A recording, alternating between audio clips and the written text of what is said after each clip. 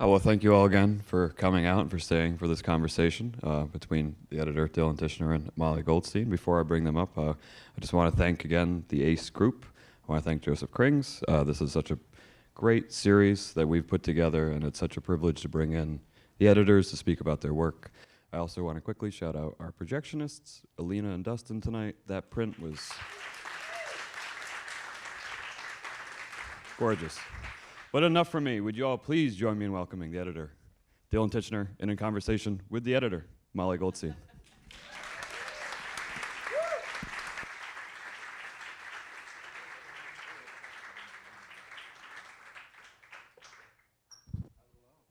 Hello. Oh, those lights are blinding. No, I am not used to being on this side. No, I mean this side of the, so much fun to see this with an audience. Yeah. It really, hearing the laughter, it's really different from watching it in my living room. It was really fun. Right. That was kind of different from what I remember too. I think it's aged a little funny. Oh, interesting. Tell Might me have. more. Well, I don't know. I just heard some laughs. I thought, did they used to laugh at that? I don't know. Yeah. It's good. It's all good. There's, Skype is sort of a punchline now. It didn't used to be fax as a punchline. Right. So my first question is just how you got connected to the project. I think Ben called me. Great. I think He was that's a how that fan? happened. Yeah. I mean, yeah. He called and pitched me the movie. And do you remember your first impression of the script? It was a good script. A rare, I really like action movies, but only if they also have characters that I connect with and get, and that there's something to it. And it really did have that. It sort of felt like we could do both, have some really cool action and some, a pretty good drama. How fun is it to cut a car chase? It is fun to cut a car chase, I have to say, and I have to acknowledge that the great Chris Rouse came in and showed me some stuff on this movie. I have to say, he helped a lot. Came in for a few weeks, and one of the main things I remember that he schooled me on was because I had chases put together, and they were good, but not a lot of sound work, and they were kind of silent, and I would watch them go, right, I hear that, and the break and the thing and this, and that's going to happen. Then it sells out of there, and the radio goes here. And he said, just word to the wise, everyone's going to tell you they can watch a car chase, producers, directors, everybody will say, no, I don't need a sound. Yeah, show it to me. They cannot. They need the sound. And he's super right, and actually I learned quite a bit just seeing how in this movie and other movies he did stuff using sound, telling story with sound that was not in the picture at all. He would make up these things. There's a couple in there that we did where a car would come up behind another car and it would be a brake and a shift and a move, but that's not at all what the car did in the dailies and not at all what the shot does. But I learned a good bit from him coming to help out on that, I gotta say. And who does that? Is that you? Is that your assistant? Did you have temp sound design? Both, all three, everything. Yeah, the assistants do sound, and I had Chris Patterson on that one. He was great at it, and I do a lot of the sound, and then we also get stuff from the sound department if they're on, and I do a lot of sound because I sort of cut picture and sound together. I just feel like it's both part of it. That said, with chases and things, I often do a totally silent pass where I'll just cut picture, and I do love to do that. But then sound gets added, and it's sort of an evolving thing as you get closer to the mix. We just get more and more tight with it. Yeah. There's a lot of interesting stuff in this movie, particularly in the first half with sort of playing with sound. Mm-hmm. Thinking specifically of the AA meeting. Uh-huh. You kind of hear the words about Charleston. It almost feels sort of impression-y, and then you go into the meeting itself. Right. I wonder how that evolved and how you guys put that together. The meetings were in the script and in the movie as sort of, cut to full meeting, hear this whole story. I don't think all the stories, a good bit of it was sort of ad-libby on the day, but then some key bits were written out. And we just took the parts that were really salient and really sort of, I think, gave us some resonance, and it turned into over over pre-lap, post-lap, and I kind of do that a lot sometimes when I feel it. And it gives a general vibe.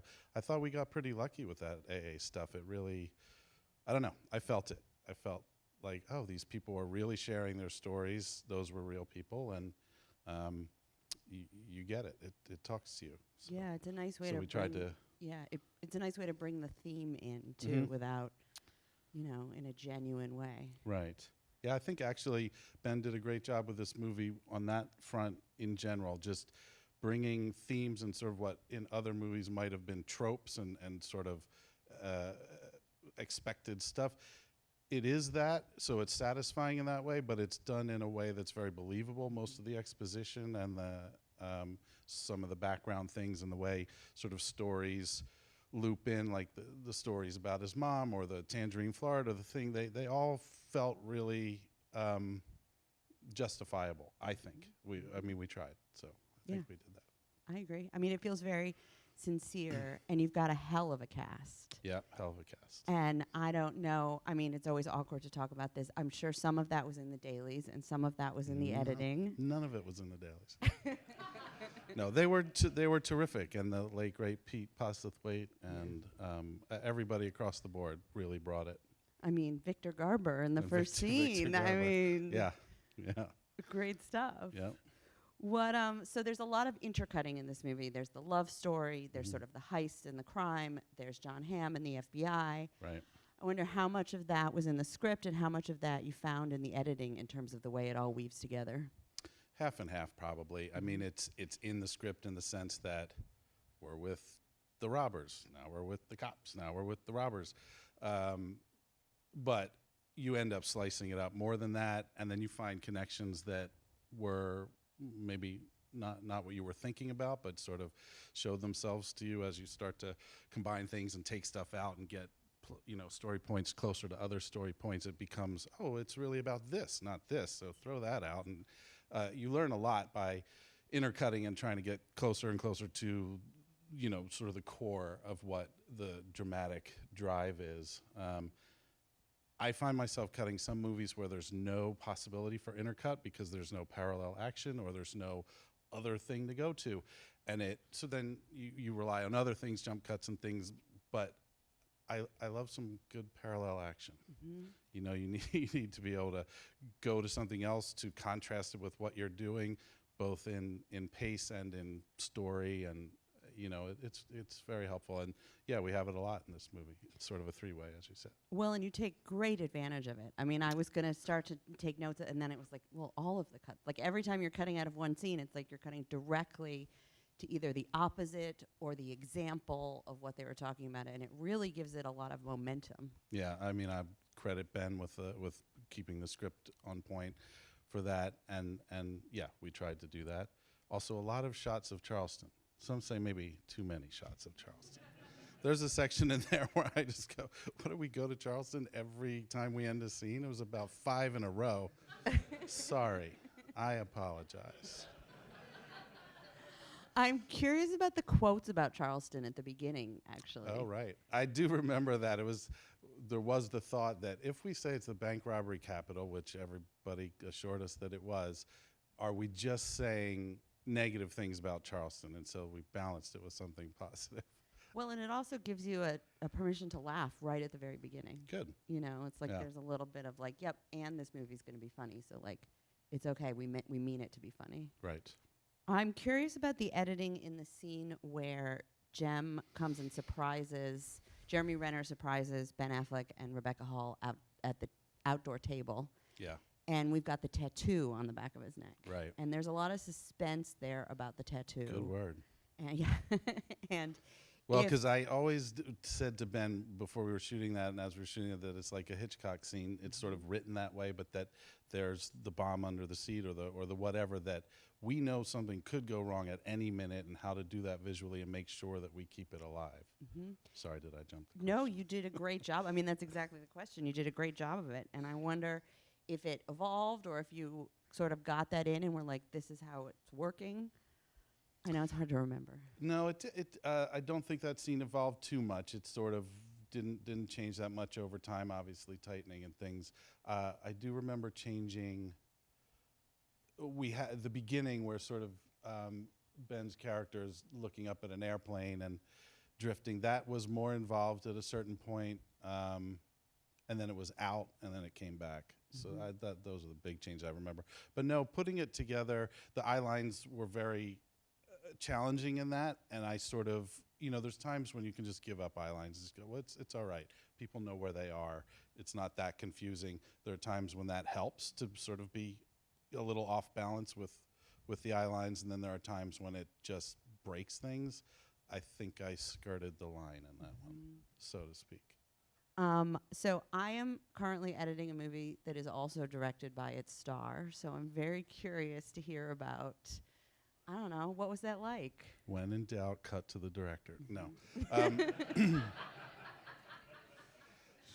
It was, Ben, super smart guy, very, I think he was pretty good at being a little, maybe he didn't have so much objectivity, but he was open to my point of view on the thing, and he wanted everybody in the movie to be good, and so Jeremy's fantastic, and Rebecca, and everybody's really gets their own time. I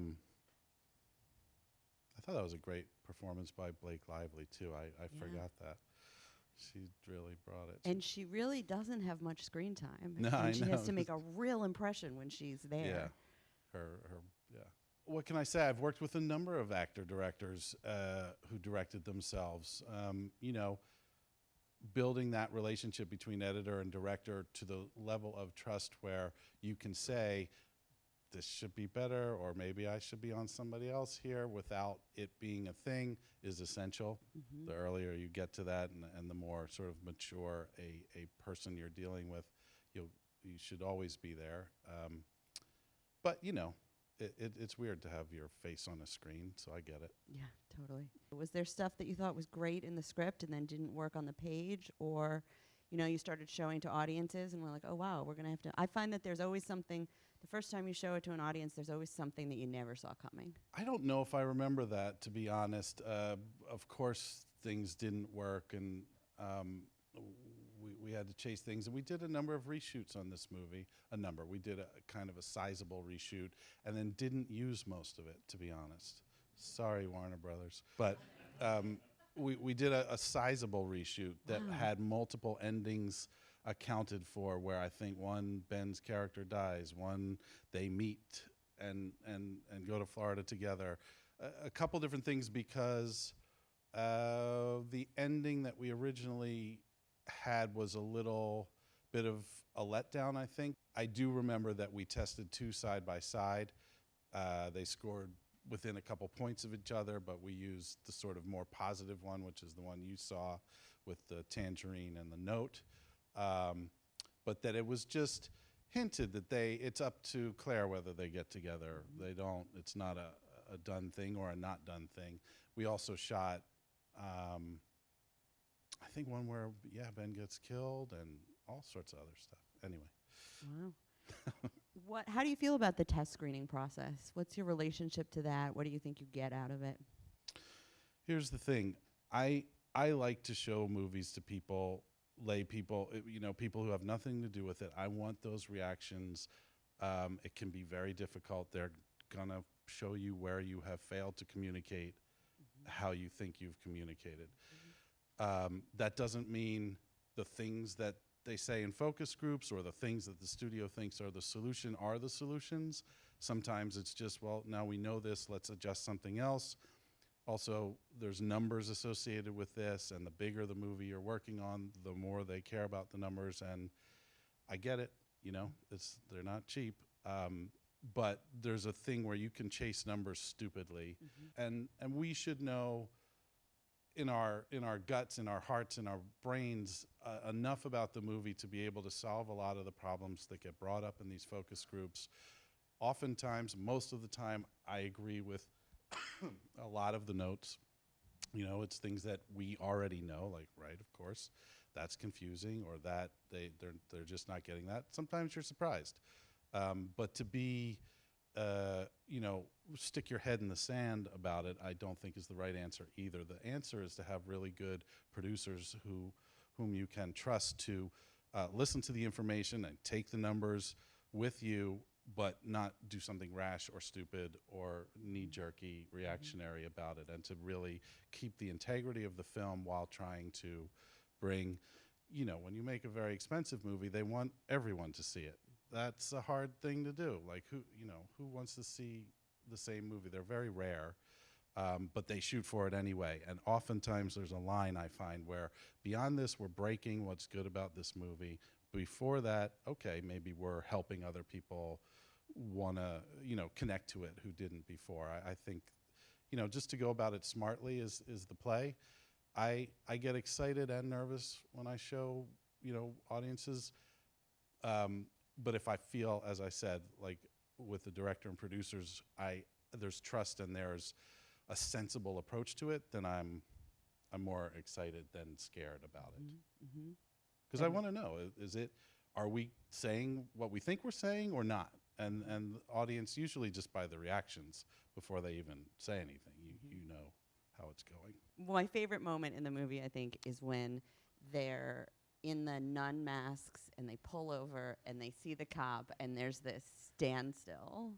Yeah, it's a good moment. And it's all about timing, which is Right. entirely in your hands. That did change a number of times. I had 2 fewer shots. I had another shot, longer, shorter. It's a rewarding thing when you get to the point. I was watching it tonight. I went, right, I probably wouldn't change it. That's about right. It's just long enough to be like, oh my God, this is excruciating. So that you need the guy to do something. And yeah, I like it. And the score too. There's a real, it doesn't call attention to itself, this score, but it's really carrying the tension underneath. And I have 2 questions. First of all, also again, because I'm struggling with this right now, is how do you build that in temp? Like, how do you build a temp score, and how do you communicate with the composer? Yeah, this is Harry Gregson Williams. He did a really good job. Temping for me is about 2 things. You make the scenes and the sequences and the movie work as well as it possibly can.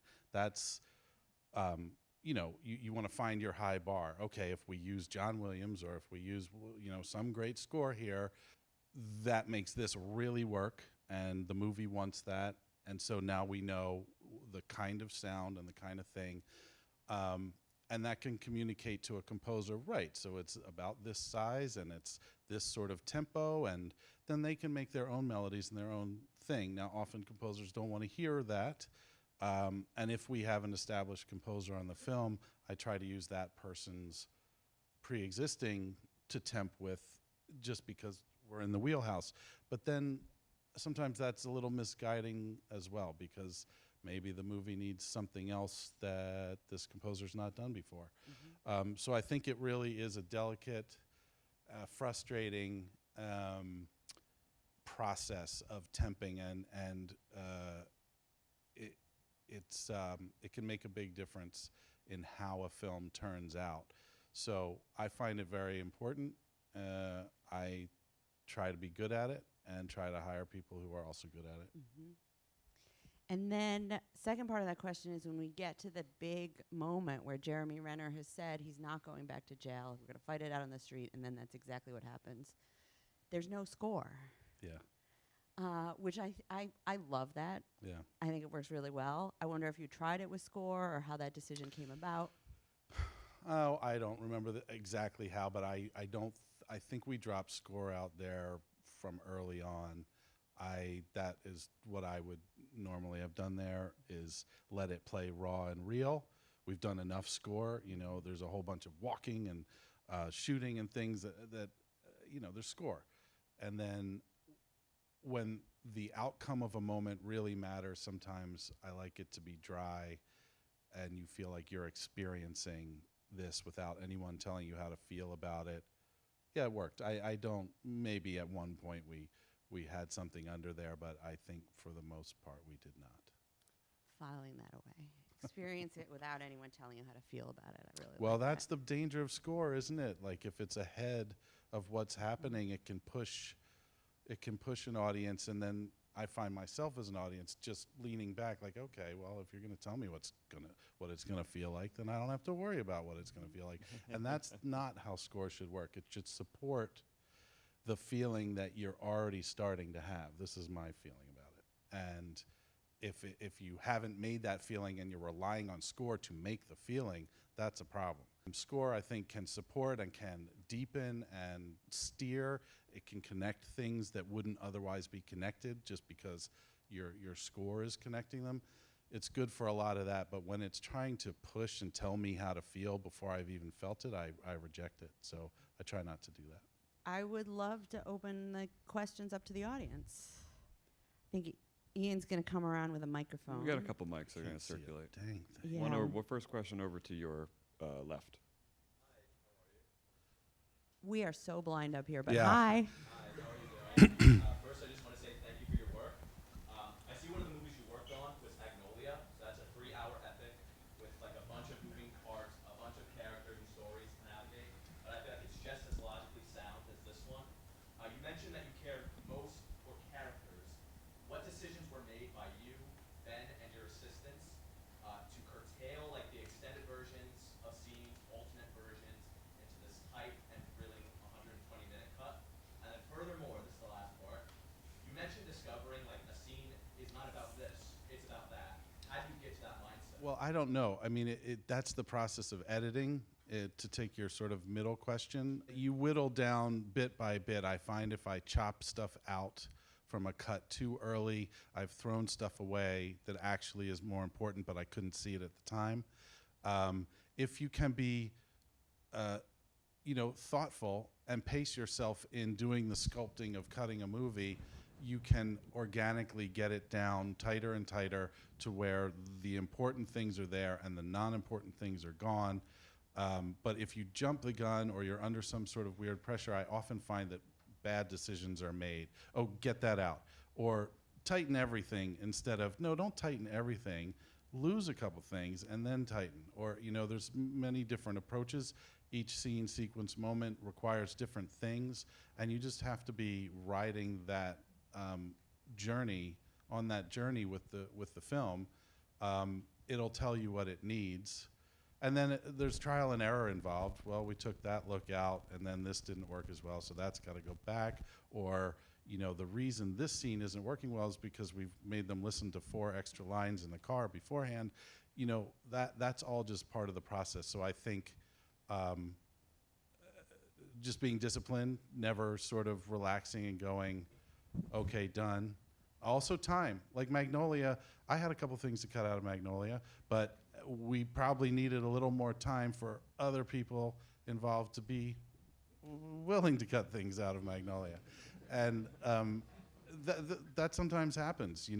When you're rushed to finish something, you either over tighten or do an ending that's, you'll often see movies where the beginning is so smushed up because they were just afraid and the audience was saying it doesn't start fast enough, and so they were like, chop, chop, chop, chop, chop, here, put it out. And you just go, well, that's crap.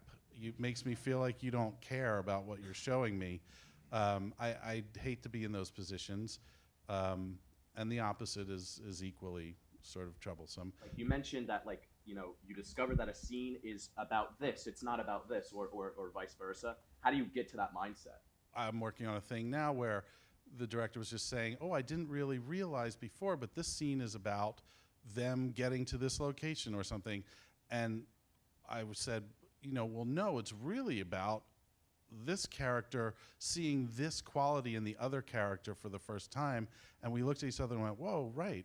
And I think, you have to be open to let the thing, oftentimes a scene will do one thing in the script, one thing in the first cut, and then as you tighten, lose other stuff, certain things in that scene become more important or become highlighted differently because you haven't either exhausted the information beforehand so it's obviated, or there was confusion about it. It can change depending on what's around it. And so constantly keeping your finger on that pulse is important and exciting when a scene turns into something that, sometimes we take scenes out and then realize, oh no, this was actually the most pivotal scene. Or the converse of that, which is this is the most important scene, and then you know what? It actually just lifts right out. No one cares. So it's all part of the process. Thank you. Thank you. Yeah. Hello, Dylan. Hi. Question. Was there any past films that inspired you to become a film editor? None. Do you even watch movies? I mean, yes. You know, I grew up with a family that loved movies, and my father had prints of movies, 16 mil and 8 mil prints of movies. So I had those as a kid, and I would put them on the rewinds, which I also had as like an 8-year-old. So I sort of grew up being inspired by movies. I think that as an adult, or as a sort of learning my craft editor, Dee Dee Allen and Thelma Schoonmaker both were big influences, and you know, a lot of people, but I think I was particularly taken with some of their approaches that kind of bucked tradition, or that were a little more edgy. Or I mean, Thelma just cuts anything. This is what we need right now, so cutting to it. And I love it, and it's really, I learned a lot from watching those people tell stories, and many others. But yeah. Hi, Dylan. So I'm from a small town in South Florida. Not a whole lot to do. Tangerine. Tangerine. And I actually saw the town twice in theaters. First time there with friends. I liked how I felt so much coming out of it that I went back to see it a second time. Have the ticket, so if I actually saved it, so if you wouldn't mind signing it. I work as a video editor now, so I have kind of like a two-part question here. One of the things I find hard, and a little more technical, but like, is fear of the blank page, so to speak. Fear of just starting. You got everything binned, you got everything prepped, and it's just, how do you, like, what's your process for that? And the second question, if I can, would be, you know, watching this as an adult now, no longer in high school. You know, I think what I was struck by initially is, it seems like it's fundamentally about Doug McCrae trying to better his life. He wants to get out of Charlestown. But looking at it again, I'm like, oh, you know, everyone kind of sucks here. I mean, Doug has turned his back on everyone, and he's willing to do whatever it takes to get out. And the FBI agents are also unlikable. So are you happy with this ending? Do you think Doug should have died? I know I think the director's cut, he dies. Make t-shirts. Should Doug die? No, I don't need the ending to be that nihilistic, because I don't honestly think Doug stood for enough, really, that he should die for it. I agree that it's about trying to get out of the mire of your hometown, and or the whatever kind of nefarious stuff you have to be into as a street kid in Charlestown. It's a story as old as the ages. I'm happy with this ending. Yes.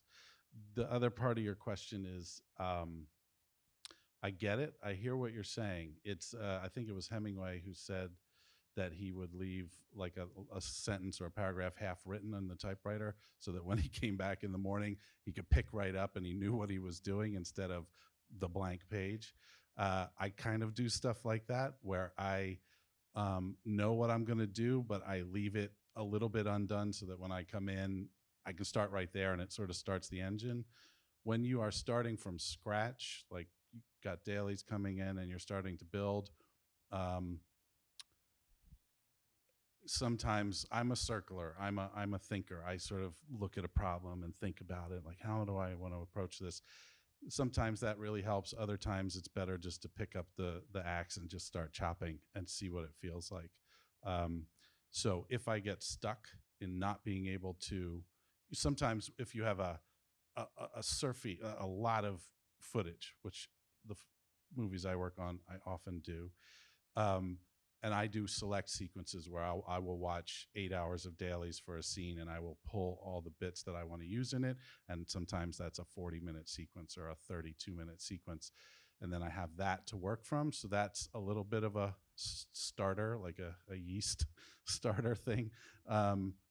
So that helps. And then also, I still get stuck sometimes, not being sure. Well, should it go this way or should it go that way? I do both. See what happens. But I think leaving yourself always a nugget that can inspire you is helpful. And also jump to another thing. Do something else. Work on sound, or I do that too. If I'm sort of stuck, I'll just work on something else till it breaks free. I'm afraid we only have time for one more question. Question in the back. Hi. Hi. That was loud. There's a lot of great Boston accent work in this, and my question is about that. I was wondering. So there were times when I found it difficult to understand what was being said, but I was never confused. So I was wondering, does the intelligibility of the dialogue affect the way you approach the visual storytelling? Do you ever lean more on pacing or the flavor of the sound of the dialogue? Does that change the process at all? Yeah, it's a good question. And I am a person who, to be honest, tone of voice is almost more important to me than facial expression. I very much feel that. I even, a lot of times people say, well, if it's an important line, you got to put it on their face. Sometimes I honestly think I pay more attention when a line is off camera and I'm just listening to the words. Like Tangerine, Florida is off camera in this movie. And I went, oh, that was ballsy. But I do think that there are times when, there's a thing in movies and storytelling, good confusion and bad confusion, like good cholesterol and bad cholesterol. If people are needing to know the answer to something, and so they're leaning forward, sticking around, like, okay, give me the answer to this little mini mystery, that's good confusion. That's good sort of I have a question, I want to know the answer. And then there's bad confusion, which is people either need to know the information that is being told to them, or they think they need to know it, so they need to hear it. And if that's the case, which is often with dialogue, you can't sort of have somebody talking and then not understand what they're saying. Yeah. It's frustrating. I'm sorry if there's stuff you didn't understand. The Boston accent. Okay, good. I like when John Hamm imitates Ben. That's really funny. You didn't just roll a star market. And Slane's the guy who, I don't know if you guys know him. He's the guy, he played Glonsey, the guy who drives the ambulance at the end. He's a real Boston hip hop artist, and sometimes he is really hard to understand. But my favorite line from him is when he said "authenticious." I think that was an ad lib in Dailies, and when I saw that, I just burst out laughing. Are we out of time? I'm afraid we're out of time. All We have right. another screening coming up, but our lobby bar is open, and I do encourage the conversation to continue in the lobby. Thanks, everybody. Thank you, Dylan. Thank you, Molly.